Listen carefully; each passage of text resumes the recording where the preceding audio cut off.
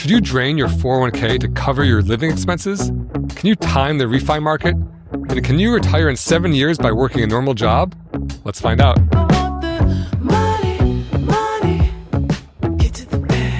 Welcome back to the Personal Finance Club show. Hey, Jen. What's up, Jeremy? You are in Kenya. Ooh, it's an optical illusion. Yeah, so Yeah, this time of well, this episode, I will be in Kenya. that's crazy. And how long are you going to Kenya for? About 2.5 weeks. That's a cool trip. When you travel, Yeah. is it like luxury? Is it shoestring budget?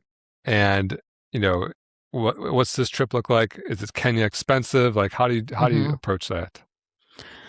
Kenya is very inexpensive. I say this is vacation. My entire family is there except for my immediate family. So my immediate family is going with me, and the flight is expensive. Like especially around this time, my flight was $1,500. But Dang. once I get to Kenya, I basically spend like in that 2.5 weeks, I'll probably spend like $200. 200 in 2.5 weeks? Like, where are Yeah, you I staying? mean, Do you stay my with family or family, you like well, get a yeah, my family makes all the food.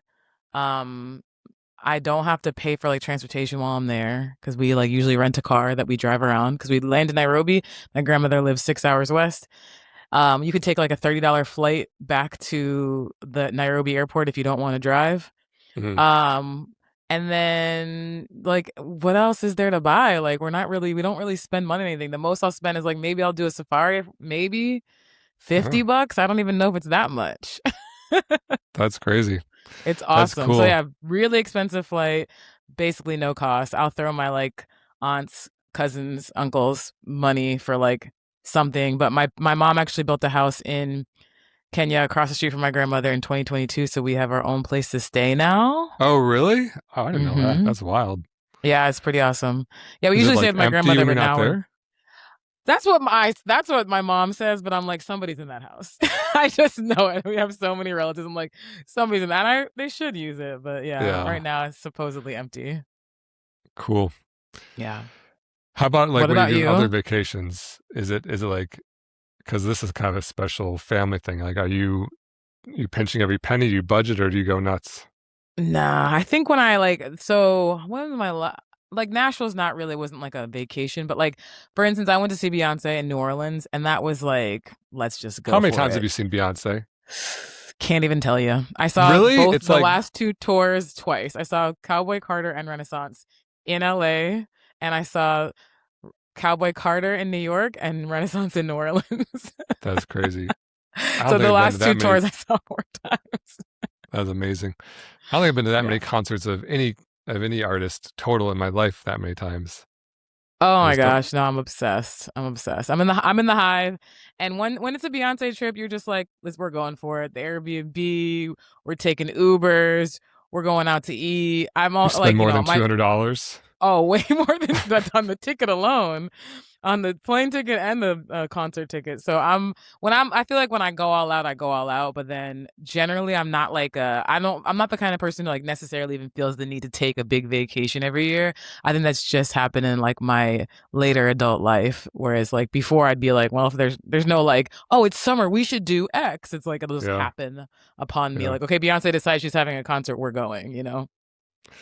That's the way to do it, though. We talk so much about building wealth, but at the end of the day, there's no benefit to being like the richest guy in the cemetery, right? It's about, hmm using money to live your best life. And that doesn't mean wasting it and being broke your whole life because that's not your best life. But, the things where you can build memories, I think for sure, like going to Kenya or Beyonce, it's like, that's what life is. That's like the memories that make up the fabric of your life. So way to go for it. Yeah. So you splurge on vacation, or do people have to Oh twist your man, arm? like when I was broke, I remember I went to this trip I drove from Los Angeles to um, Belize, which is Yeah. a long drive through Mexico and Central America. And hmm we were staying in like $12 a night hotels. It was like really, really sketchy. And now I just went back to Mexico a few months ago and stayed in like $1,000 a night, like 5-star resort in Puerto Vallarta. And so Yeah. I've seen both sides of it. And, like the thing is like, that those two numbers, $12 and $1,000, are just mind-boggling. They're like 100x different.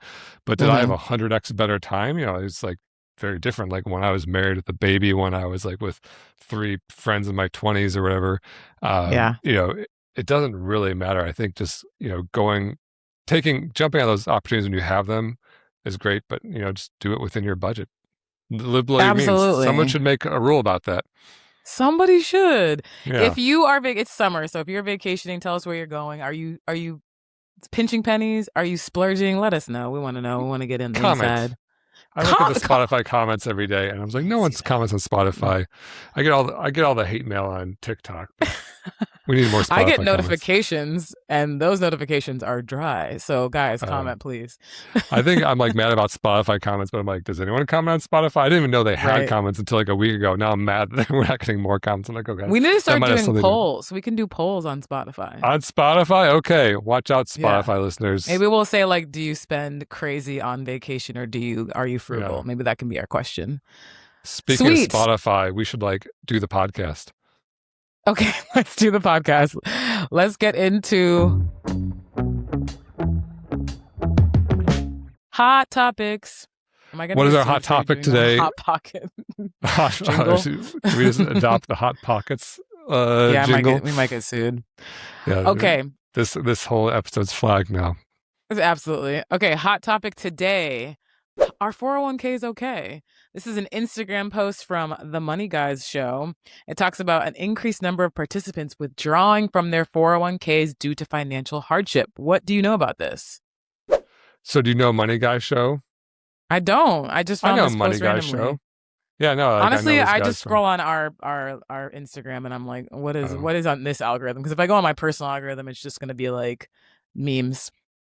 well, probably because we follow them. But yeah, they're friends of the show. Yeah. But yeah, they have this kind of dramatic looking chart that says back in 2020, only 1.7% of 401ks had someone take a hardship withdrawal against it. And so basically, if you can't just withdraw money from your 401k like it's a checking account, but if you have a hardship, you can take money out, and you have to pay tax and a penalty on it. And so this chart's showing back in 2020 it was only 1.7%, and then every single year it looks like this like really terrifying compounding chart all the way up to 2025 last year, which is 6%. So it's not like, it's still 94% of 401ks aren't seeing these withdrawals, but it definitely looks like a scary increase. And so what's going on? First, I'm a simple guy, so I start with the basics. 401k is just, it's like a bank account. You put money in, but it's got some special rules. Specifically, it has to come from payroll, like contributions have to come from payroll deductions, meaning 401ks are basically only accessible through your employer. And so a lot of times when you work for a big company, they'll say, hey, you have a new job here, set up your 401k, and you can transfer some of your money, or you can direct some of your paycheck to go into your 401k account and have it grow with the stock market over time rather than to come in your paycheck. Um, the point of them is to not touch it until you're 59 and a half. It's meant to be a retirement account so that when you're old and you stop working, then you can start pulling money from your 401k and live off of that. That's the theory. But these days, a lot of times people are experiencing a lot of hardship. And so they see higher gas prices, higher grocery prices, inflation, loss of job, yada, yada, yada. And they're like, I can't make it this month. I'm going to go take out a few $1,000 from my 401k, whatever it is, just to make bills. And, we talk a lot about growing wealth on this show, and I don't mean to mitigate, financial hardship that people are always going through. It's rough. I had been broke for a lot of my life. I've never been in poverty. I've never been worried about my next meal. And so I've been living an extremely privileged life.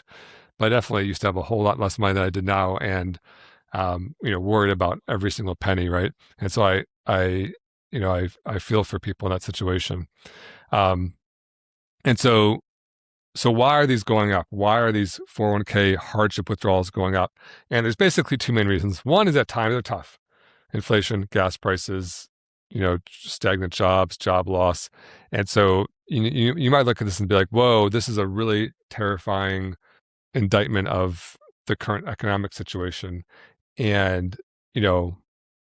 I think post-pandemic, I've heard economists kind of describe it as this split economy where the rich are getting much richer. The stock market is at an all-time high. Nvidia and Microsoft and Facebook are all getting worth more and more and more. But people on like the bottom half of the economy don't own many stocks, and things are getting more expensive, and you know, their job wages aren't going up as much as things are getting more expensive. And so all the rich are getting a lot richer. I mean, it's kind of like a tale as old as time. Like the poor are not doing as well. And is this a sign of that? People who have a job, have a 401k, but now they need to dip into their 401k early. That's part of it, I think.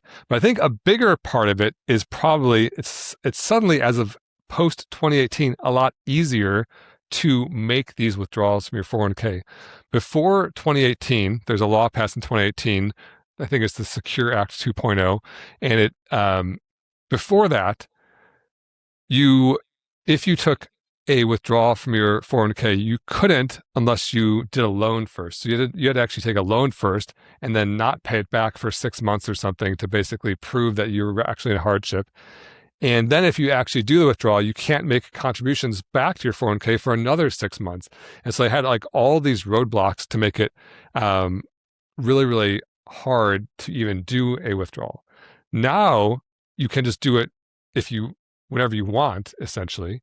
And you can even like self-certify, which basically says, yes, I promise I am in hardship and I don't need to do a loan first, and I'm not barred from contributing back for 6 months, which was deterring some people because you would lose that match. If you take a hardship withdrawal, then that means you're going to lose your match for 6 months. And it's, the old law kind of did feel like it was kicking people in their down, like, oh, you need money to pay your bills. Well, now you don't even get the company match anymore. And so I think the new law is meant to make that easier. But the flip side of that is, okay, now more people are doing it, and maybe they're not exhausting every option they had. Like maybe they're not picking up extra shifts, or not, saving money or selling stuff on Craigslist, or, decreasing their expenses or whatever it is, and thus setting themselves up for more pain down the road, because now the 6% of people who are pulling money from their 401k are going to have less in retirement. And so, these are tough decisions that are kind of being made both by the government in terms of what's allowed and by individuals in terms of what they're doing. So now you can still withdraw whenever you want, but you still have to pay the tax and penalty on it. So for example, if I take $5,000 out of my 401k, I have to pay income tax on all that $5,000 and another $500, the penalty on that 10%, the 10% penalty on top of that. And so what happens is some people are like, ooh, I need $5,000. I'm going to take this out of my 401k, put in my checking account, spend it, but they might be in the 20% tax bracket, which is $1,000 plus that $500 penalty. Tax time comes around. Maybe they were going to get a $500 refund. Now they owe $1,000. And so now they're kind of have compounded their problem, because now they owe more money and they've got another bill that they can't pay. And so, it's tough, because generally speaking, I think most people taking these hardship withdrawals are going through hardship. So it's hard to point fingers and say, don't do this dumb thing. But, for you, what do you do? Obviously you want to avoid this as much as possible. If you take money out of your 401k early before you're 59 and a half, you're paying tax, you're paying penalty. And worse than that, penalty sounds bad, but it's only 10%. Worse than that, that $5,000 in that example I just gave isn't growing for another 20 years. If it's growing for another 20 years, it's going to double 3 times. 5 becomes 10, 20, 40. That means now you have $5,000 now, but you don't have $40,000 later. And that's just for 20 years. If it's 27 or 28 years, it's another double. So, you want to avoid this. If you do have to do it, you want to put it back in, but that's the situation, which is, I think times are tough, and it's been made easier because of this 2018 law. And so I think we're seeing this increase. I guess one other note is that your plan still needs to allow it. Every single 401k as administered by your company is handled a little bit differently. And so some plans allow loans, some plans don't. Some plans allow early withdrawals, some don't. And so even though the law changed in 2018, adoption of that law has, happened at the pace that companies make their own changes. And so to me, when I look at this chart, I suspect it has a lot less to do with just hardship as increasing exponentially. And I think it has a lot more to do with people are becoming aware of this option, companies are adopting it, and now everyone's kind of reaching into their own back pocket and taking out withdrawal. Nice. Jen, have you Yeah, been tempted to go into your 401k? why you always gotta go in my pockets, Jeremy? This is the show. I want to hear what you're doing with your money over in Nigeria, burning $200 in 2 weeks in Nigeria. That's over $100 a It's week. No, it's less. Kenya. You're Oh on the my wrong Kenya. side of Africa. We're going east side, not west side. My bad. Yeah, East Side. I have taken from my 401k, but I will not elaborate. Oh, okay. Well, you have some personal experience then. I have some personal experience, but I honestly didn't know until I saw this post that it was something that was more widespread, like as of late. So haven't touched it in a little while now, so it's growing back up again now here at Personal Finance Club with my Good. match. Yeah, you get a match here at Personal Finance Club. We're trying to get you rich over here as quickly as I possible, appreciate although it is get rich slow. I love it. Shall we go on to our next segment? Yeah, what do we got? Do you want to have your question answered on the show? Go to personalfinanceclub.com/ask. Can I ask a dumb one? You're asking smart questions to dumb people. What do we got? Hey. We're asking you technically, so you're the dumb one. Exactly. Okay, this is from Haley in Providence, Rhode Island. Once again, we haven't gotten a message from Rhode Island yet, as far as I know. That's pretty awesome. Hey, Haley. Rhode Island's amazing. It's Rhode Island. I feel like Rhode Island's funny because it's a whole state, but it's like smaller than what LA County.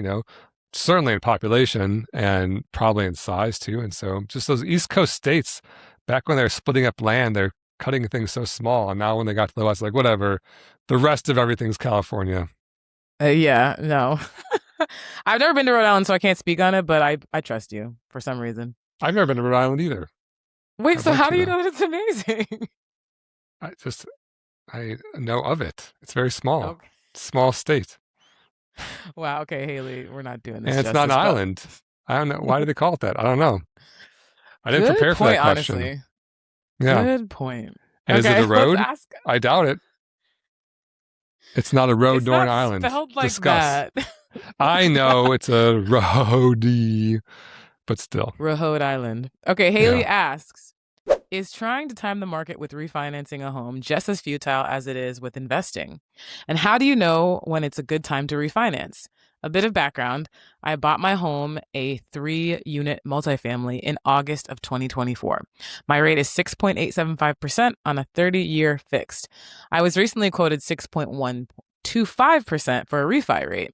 I'm in a good position with the rental income from the 2 units I rent out, so I would plan to continue paying my current mortgage payment and put the savings towards the principal. And then Haley goes on to say, and because I know you like numbers, here are the details on my recent refi quote. I'd be looking at option 2 if I were to refinance today. So maybe we can include that chart as well. Cool. I mean, first of all, Haley, I love it. You're crushing it.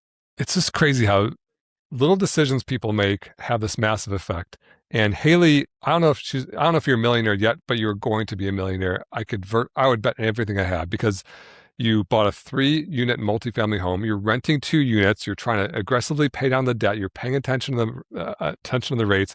These are the types of decisions that make people very, very wealthy.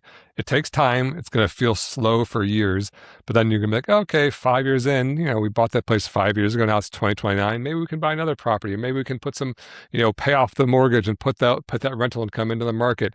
These are the types of compounding effects that happen not quickly, but once they start happening, it's really big. So you're absolutely crushing it.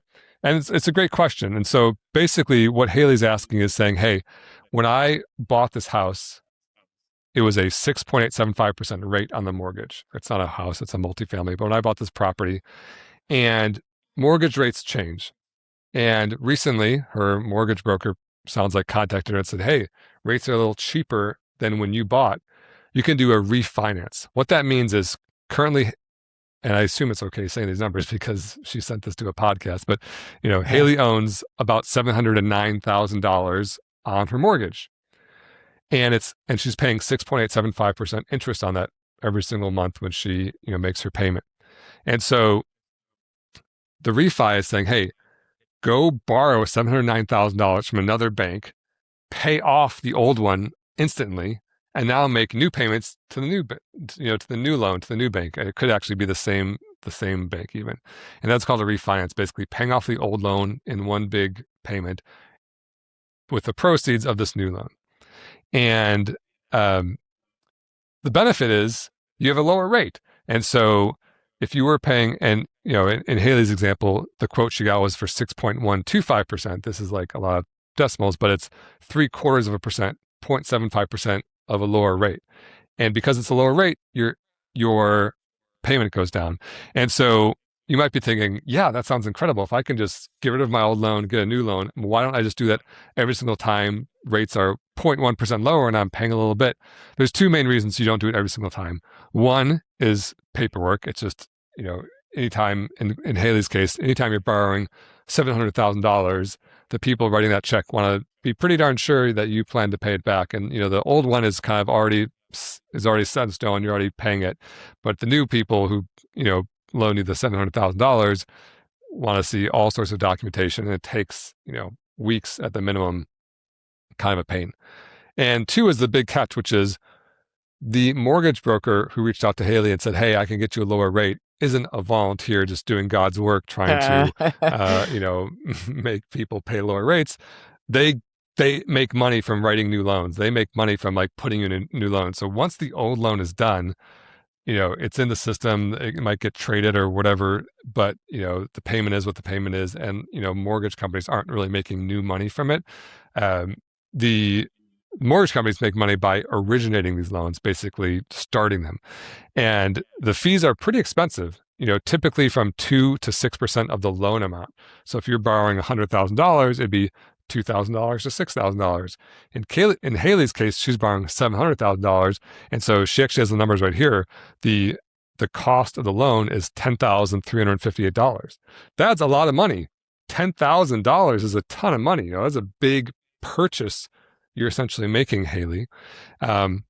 But to be fair, relative to the size of the loan, $700,000, it's only about 1.4% of the cost. And so it's actually, pretty good rate, probably because it's such a big loan, because it's a multi-family property. I assume somewhere, in a city or something, because this is a pretty expensive property. So when you do this refi, you often get a choice, as Haley has in this option she has. You can just pay the brokers directly, the $10,300. Here's the money for all the work you do. Now, my loan amount was $709,000. It remains $709,000, but now my payment in Haley's case drops from $5,600 a month to $5,200 a month. So she saves $400 and $2,200 a month. And so that's the trade-off right there. You pay $10,000 up front, then you save $400 a month. If you divide that out, basically, Haley's break-even period of time is 24 months. 2 years later, that $422 a month she's saving is going to add up to how much she had to pay for the loan. That's the entire trade-off right there. That's why you don't do it every single time rates drop by 0.1%, because you keep having to pay this $10,000 over and over, and you'd be like racking up all these expenses while not breaking even yet. These other two options that she's showing here are, mortgage brokers aren't dummies. They know people aren't going to want to pay $10,000 cash up front. So they said, hey, you can pay nothing up front. You can instantly lower your payment, your mortgage payment, and all we'll do is we'll add that to the loan. And so Haley's refinance option number 3 says, my loan was $709,000. My loan becomes $719,000. So I owe more to the bank now, but my payment instantly drops from $5,651 to about $5,300. So the payment drops $357 a month. And so, both those are fine. You're not like a bad person or something if you add to your mortgage amount, but keep in mind, you are, resetting the clock. You're pushing, you're putting more money in your total loan, and you're going to be owing money for longer, and you're going to be paying more total interest, even though your payment is lower, because the amount goes up. You're actually paying more interest over the term of the loan.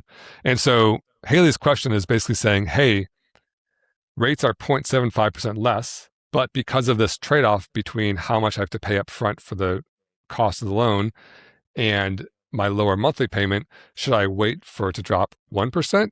Should I wait for a drop 1.25%? And am I just timing the market there? We don't know what rates are going to do. If I don't do this today and don't lock in this 0.75% reduction in my rate, what if rates go back up and then I've like missed the opportunity forever? Or on the flip side, what if they drop dramatically 2% the next day and I just incur this $10,000 expense? I should have waited a day and gotten an even lower rate. And the answer is you're thinking about it correctly, but generally, if you can get a payback period in about 2 years, I'd say it's worth it, because even though the rates might drop more, you can always refinance again. And the number of months that go, you start saving kind of immediately. And so even if you, even if you save 18 of the 24 months and you haven't quite paid it back, if you can do another big refinance, it's still worth it to do the second time. And you might have even been better off because you would have been paying the higher amount along the way. And so, there is a little bit of market timing that goes in there, but these things are generally slow moving. And so, Haley, you're thinking about it correctly. This isn't going to really change your life. I like your strategy. The things that are changing your life are your strategy, which is, get a lower rate. She even said, I'm going to take all the excess that I'm saving now in interest and just throw it towards the principal every month. I love that strategy. Amazing. That's going to dramatically reduce the term. Instead of paying off in 30 years, it might mean 25 years, even 20 years. It's crazy how much quicker you can pay off the loan if you're putting a little bit extra every month. And then you're going to have 3 units with positive cash flow, no loan. That's how you get rich. Exactly when you do the refi doesn't really matter. But based on these numbers, I don't think it's crazy to do it now. Even though it's only 0.75, it's a little bit lower than that like 1% rule of thumb a lot of people talk about. The fact that it's a 2-year repayment for you, I'd say it's worth it. 2-year break even. Nice. Yeah. Okay, Haley. I've never done a refi myself, though. Have you ever? You haven't? I don't think no. Have you ever even owned a property, Jen? No. Right? How would I say? No, How would I do a refi? Okay. I haven't owned. I think my parents may have done one. Yeah. If I'm not mistaken, but I'm not in their pockets like that. Word. Okay, Haley. Thank you for the question. No, go ahead. Yeah, my mortgage experience is relatively limited personally because my first home I bought, I paid cash for it. It was $712,000 or something, and I just wrote a check. And then this most recent home we bought, we did do a $500,000 mortgage, but we've never refinanced it. But I think ironically, or not ironically, but coincidentally, my rate is identical to Haley's 6.875, and we bought around the same time of fall of 2024. And so I might be doing this exact same math soon. Although I think, I don't know when she wrote this in, but rates, I think maybe partially due to this Iran conflict, rates have like gone back up recently. But if I don't know, if I sniff something in the 5s, I think it might be worth it. We might jump on that. Okay. All right. You heard it here first. That's breaking news once again. Could there be anything more boring than some dude that you don't know doing a refinance on his mortgage that you don't care about? I think that if you're listening to this podcast, you probably own property and you might be in this predicament. So I don't think that it's that as uninteresting as you think. That's a fair point. People listening to the show are not average people. You're superstars, people. If you got 28 minutes in, then you probably are somebody who might be thinking about refi. Okay, let's get into Scroll Patrol. Scroll Patrol. Screezel Patreezel. Okay, you guys know what it is. We are on the internet looking for videos. Jeremy has not seen this video. The exciting part is it's going to get a score, so buckle up for that. Jeremy, go ahead and click on that and let's watch it together. Let's see. If you want to retire in 7 years starting with $0, do these 5 things. First, work a 9-to-5 job to get some cash in your pocket. Second, invest that cash into equipment and learning new skills. Third, use your new equipment and skills to start a side hustle to grow your income. Fourth, invest for the long term in assets like real estate and the stock market. Fifth, swap the word retirement with freedom and continue doing what you love. That's okay. That was a short in 24 seconds. And yeah. I know him. I think his name is Tilbury or something. He's all over YouTube. He's got shorts on shorts on shorts. Yeah, no, I actually, yeah, Mark Tilbury. I guess right. Yeah, no, I've seen him. I don't personally know him, but I've definitely seen him Yeah. around. He gives me. I actually think about this guy because he's an older gentleman. Just Uh-huh. ballparking based on his looks, I'd say gotta be past 60, right, Jen? What do you say? I'd say, yeah, 65, 70 even. I'm googling now. Let's see if the internet knows. Oh my gosh, it says he's 58. Oh Is that no. true, dude? We just insulted him. We're gonna have to Oh edit this. no. I guess 60. I was pretty close. Um, yeah. Said he was born 68. Okay. Sorry, Mark. You do, but to your credit, Mark, you do have very white hair. So, He's pretty much all gray. but yeah, almost 60, pushing 60. I guess I was right. And like I think it's cool. He's like a content creator, influencer guy. I think he generally just has pretty common sense, matter of fact stuff. I think like all influencers, myself included, we're fighting for eyeballs, and so you have to say kind of you know interesting enough things for people to stick around for the rest of your video. And he Yeah. starts with, if you want to retire in 7 years, and then kind of doesn't back that up, like nothing magic is there's a random number that seems like a small enough number that you want to stick around, but then he doesn't really say anything. And then Hmm. everything he says is basically boils down to the two rules, which is he says, make some money. He does kind of really talk about side hustles and self-employment. Um, and I like that too. One critique people make of our mantra or our topics here is we talk a lot about index fund investing, and or sometimes people say, but Jeremy, you didn't make money from investing in index funds. You made money from your business.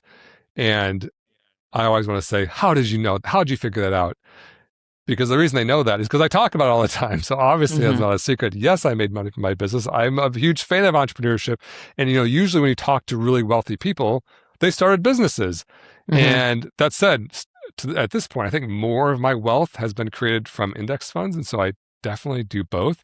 And that's exactly what he said. He's like, go start a business, grow your income, invest the extra proceeds into real estate in the stock market. That's exactly what we say here. We don't talk about crypto or day trading or any sort of the random other investments you can make. It's like real estate, stock market, buy and hold.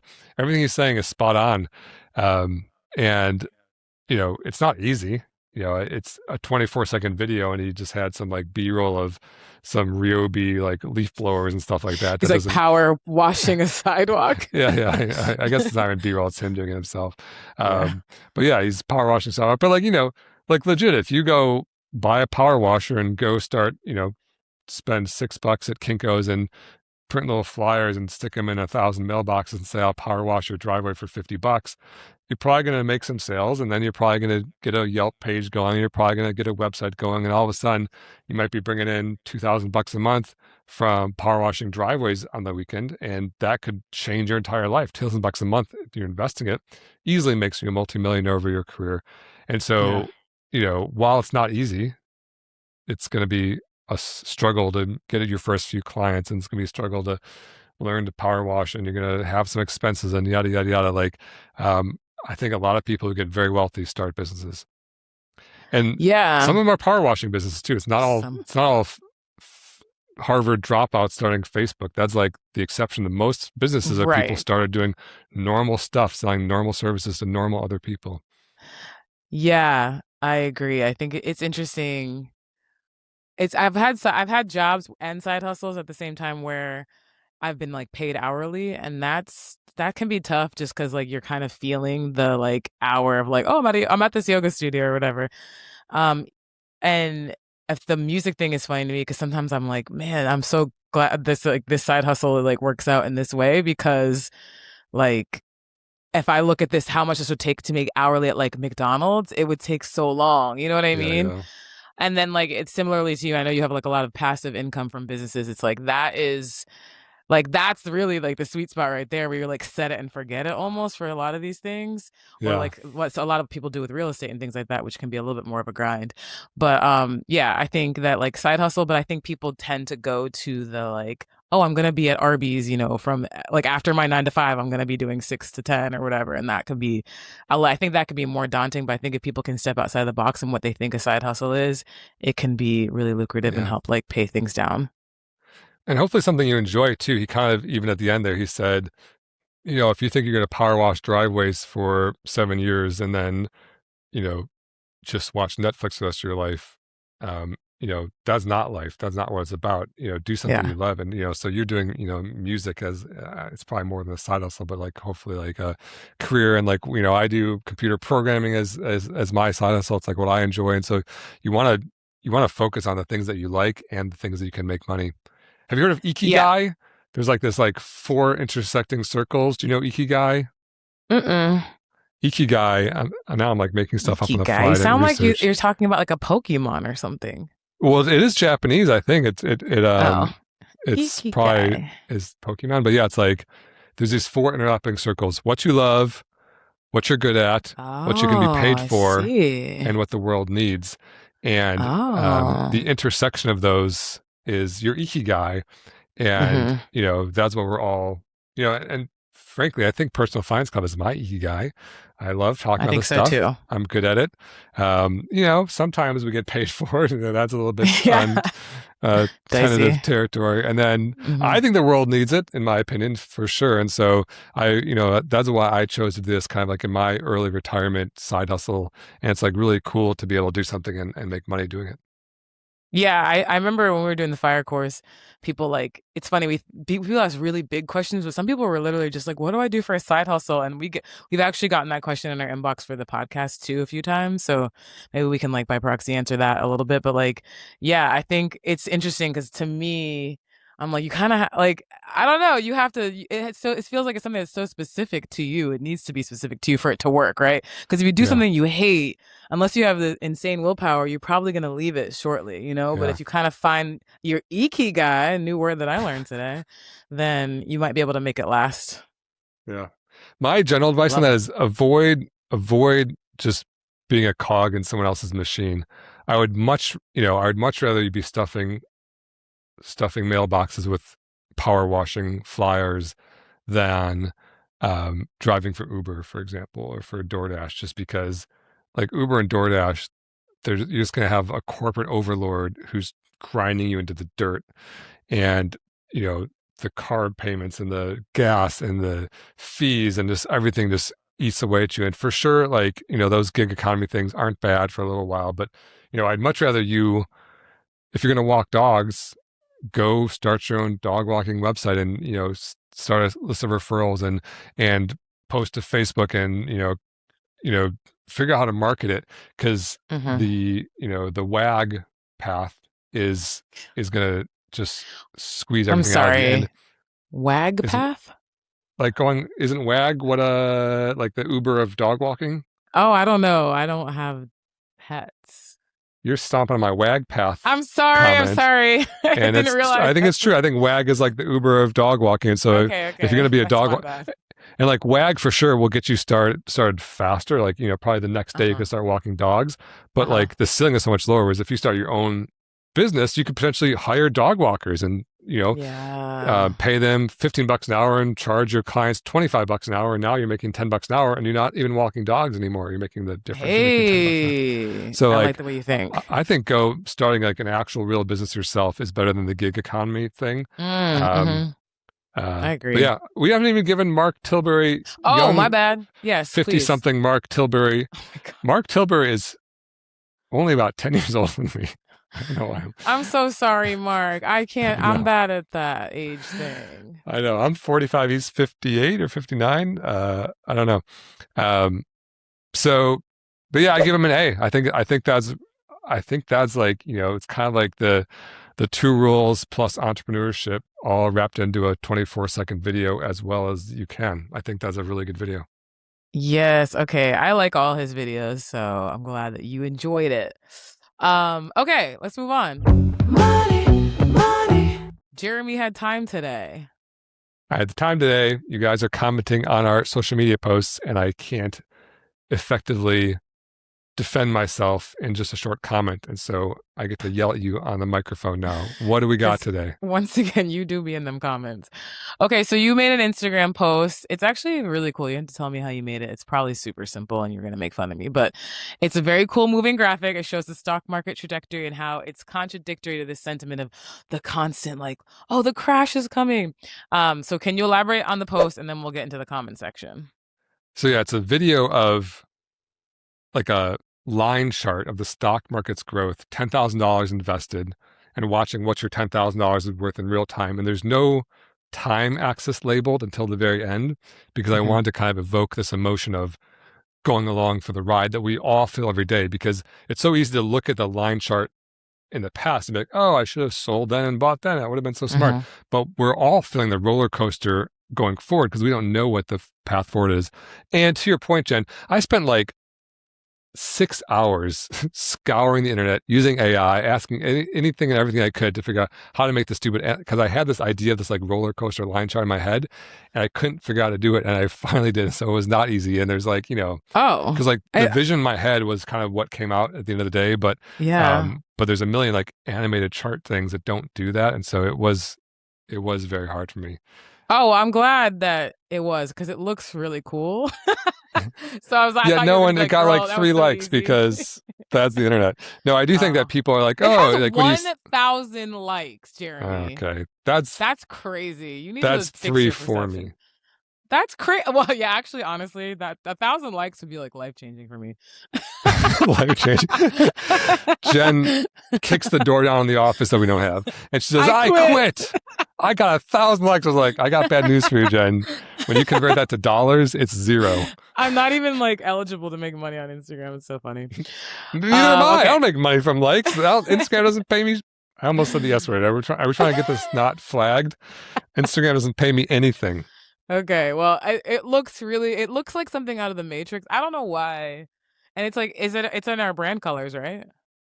It's close. I think you might have had to like upgrade to a certain version of the software to get everything perfect, but I think their like default was pretty close and I was able to maybe customize a little bit. But yeah. I'd say worth it. And it got 1,000 likes, not bad. Yeah. 1/12 of 1% of our followers said, "Oh, hey, my I like gosh. this." You know what? Forget it. Forget that I even ever complimented you. I'm just complaining about reach on social media like the rest of us creators. Right. But no, it is true that like the things that I like, pour myself into for days and days to make one little post, get nothing. And then like when you're sitting on the toilet and you're like, you know what sucks? Taxes. 1 million likes. Your Halloween costume, 2 million likes. The Halloween costumes. I do work hard on those Halloween costumes though. Yeah. All right. Anyway, so that's the post. It's like this like kind of like roller coaster of a line chart video that we're going on. And then this commenter said, what about the lost decade after the financial crisis? And so, the lost decade is this period of 2000 to 2010, where if you look at just those years and nothing before and nothing after, the market was pretty flat during those years because it encapsulates 2 of the hugest crashes in history in the same 10 years. And so in 2000, the market was super high after the dot-com boom of the 90s. Market crashed hard, dot-com crash. Then for 7 years or so, it was clawing itself back up. Then we hit 2008, crashed hard. And so when you just look at, that decade alone, we call it the lost decade because start to finish, just those 10 years, it was pretty flat. That said, I have some thoughts on the lost decade. One, it's clearly time period picking. Like you clearly have picked the worst decade in history and said, what about that decade? And it's like, okay, sure. Just to prove a point. Yeah. Cherry picking.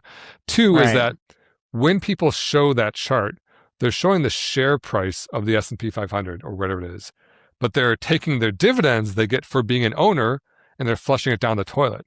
And so when you take your dividends over that period, you're not actually down money, you're actually up about 7%. And so just for being an owner, you're collecting those dividends. That's point number 2. Point number 3 is most people didn't put $10,000 in on January 1st, 2000 and sit there with their hands in their pocket. Most people are periodically investing. Their 401k is putting more money in. Their Roth IRA is getting contributions every year. They're putting money in their brokerage account and clicking buy on VTI or VOO or whatever it is.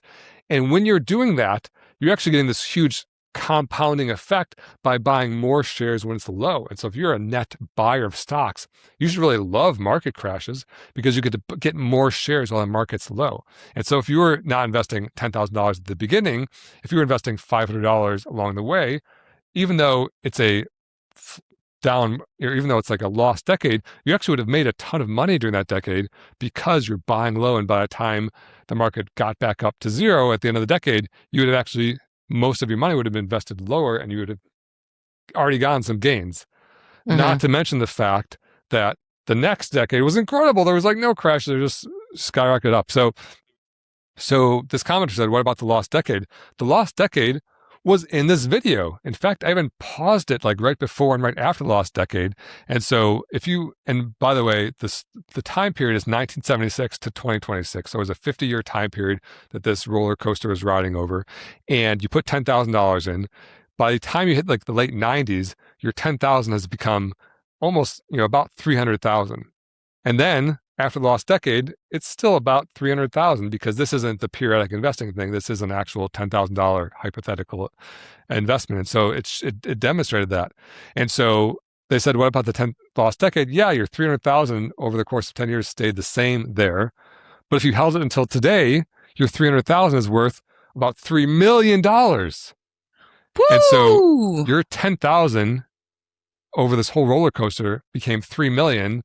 And they're saying, hey, what about this one period we only know about with the benefit of hindsight, where it's flat? And my answer is, hey, plowing through that and ignoring and just slamming, holding, or buying, turns out to have turned 10,000 into 3 million, even with the lost decade in there.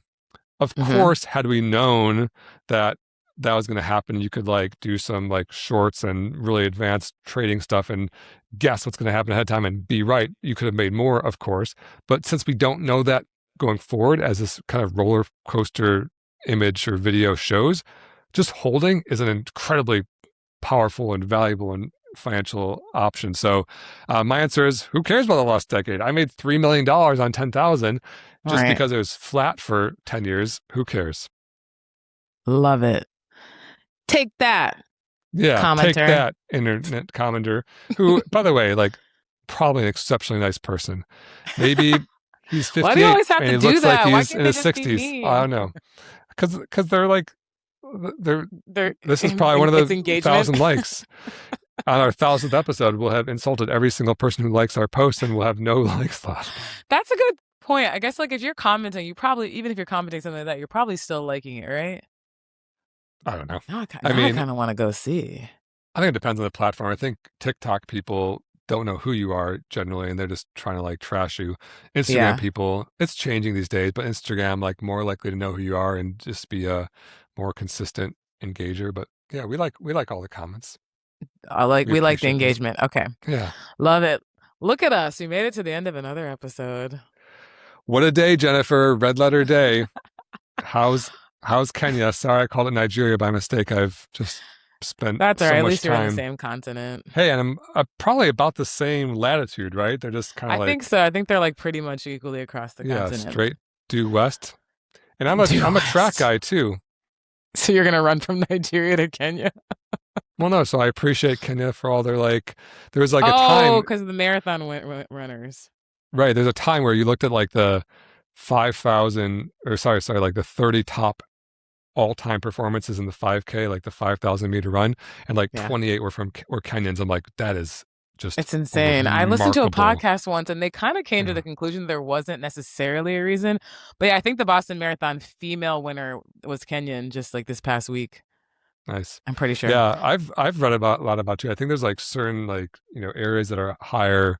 It's just a combination of things. It's like, higher altitude, so there's training, it's culture because like running is like obviously like the sport of choice. It's like a little bit of genetics, like slightly longer like leg to torso ratio. I didn't get any of that. Didn't get any of that genes. No, you did I'm not. short, I'm slow. I stood next to you. I know. Of the two of us, the Birmingham, Michigan kid is the better runner. Have you ever run a marathon? No, and I think I'm not going to. My knees just can't take it. I was a half mile, miler type guy. Okay. Yeah, the marathon runner from this winner from this recent Boston Marathon ran like, I think 4:39 pace. So he ran a 4:39 mile multiplied 26 times in a row. It's, I definitely could have run a 4:39 mile in my heyday, like no problem. I was like in the, I wasn't a miler, but in practice I was running 4:20s and stuff. But after a 4:20, I had to stop. I had to immediately stop. I was extremely tired. Oh my God, that's amazing. To run 4:30, yeah. So they're just a different breed. Crazy. All right, maybe that'll be our goal next year. We'll do 26 more episodes or 35 more episodes, and we'll run a marathon. LA marathon. Wait, 35 episodes? Oh, okay. This is 35. Can you even imagine? I thought you meant like 26 episodes. There's 26 miles in a marathon. So we'll do an episode every mile. Every mile? Yeah. Honestly, at my pace, you might be able to do it. Yeah, Jen's pace. That's about right. 4:35, they'd be very quick episodes. We just have to play all the musical jingles right on top of each other. All right. Speaking of musical jingles, let's edit one in. Because if you want to build wealth, all you got to do is follow the 2 rules of Personal Finance Club. Rule number 1, live below your means. And rule number 2, invest early and often. See you next week. The Personal Finance Club show is produced by Jeremy Schneider and Jen Mundia. Music by Esabalu and Homie. Send your questions to podcast@personalfinanceclub.com. The Personal Finance Club show is co-hosted by Jeremy Schneider, who is a co-owner of Nectarine, an SEC-registered investment advisor. The views expressed on this show are those of the hosts and guests and do not necessarily reflect the views of Nectarine. Please refer to hellonectarine.com for all relevant disclosures. This podcast is for informational and educational purposes only and should not be construed as personalized investment advice or a solicitation to buy or sell any security. Listeners should consult their own financial, legal, or tax professionals for advice specific to their situation.